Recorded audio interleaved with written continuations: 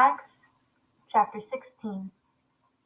Now Paul also came to Derbe and to Lystra, and a disciple was there named Timothy, the son of a Jewish woman who was a believer, but his father was a Greek. And he was well spoken of by the brothers and sisters who were in Lystra and Iconium. Paul wanted this man to leave with him, and he took him and circumcised him because of the Jews who were in those parts, for they all knew that his father was a Greek.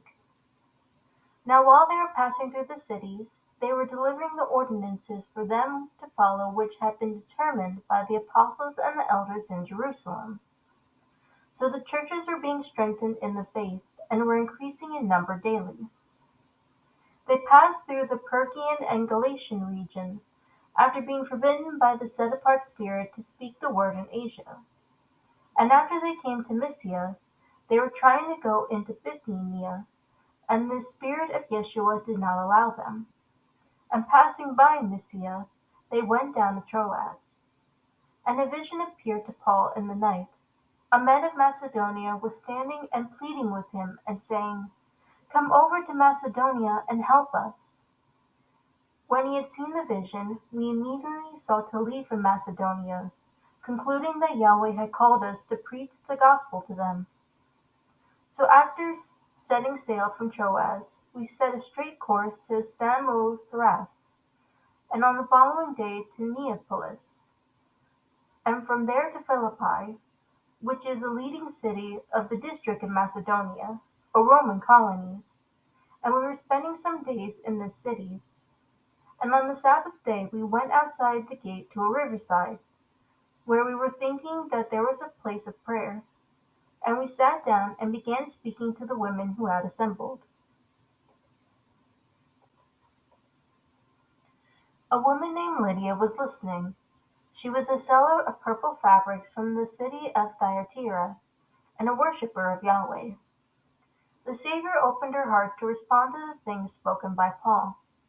Now when she and her household had been baptized, she urged us, saying, "If you have judged me to be faithful to the Savior, come into my house and stay." And she prevailed upon us.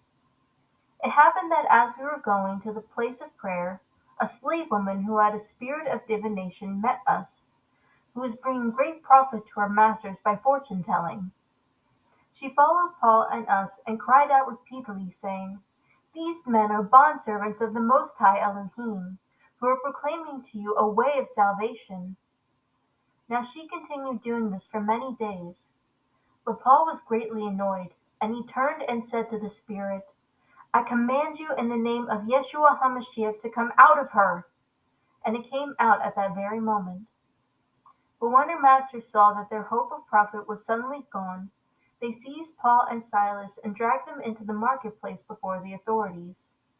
And when they had brought them to the chief magistrates, they said, "These men, Jews as they are causing our city trouble, and they are proclaiming customs that are not lawful for us to accept or to practice, since we are Romans."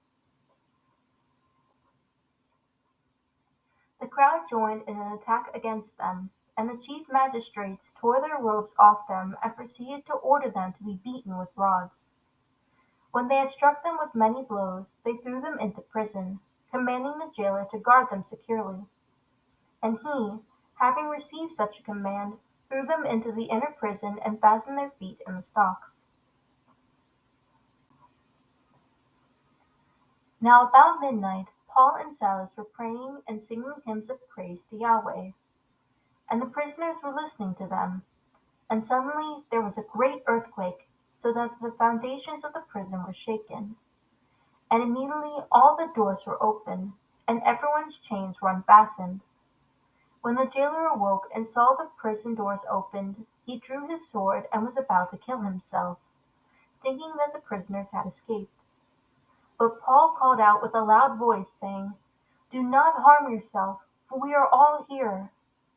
And the jailer asked for lights and rushed in, and trembling with fear, he fell down before Paul and Silas.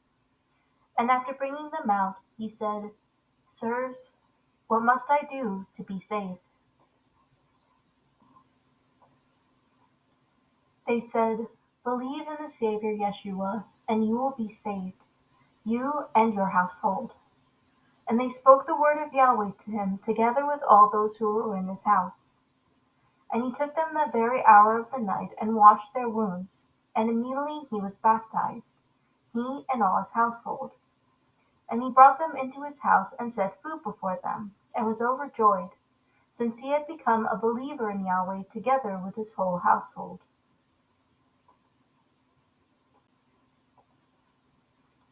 Now when day came, the chief magistrates sent their officers, saying, Release those men. And the jailer reported these words to Paul, saying, The chief magistrates have sent word that you be released. So come out now, and go in peace. But Paul said to them, After beating us in public without due process, men who are Romans, they threw us into prison, and now they are releasing us secretly. No, indeed.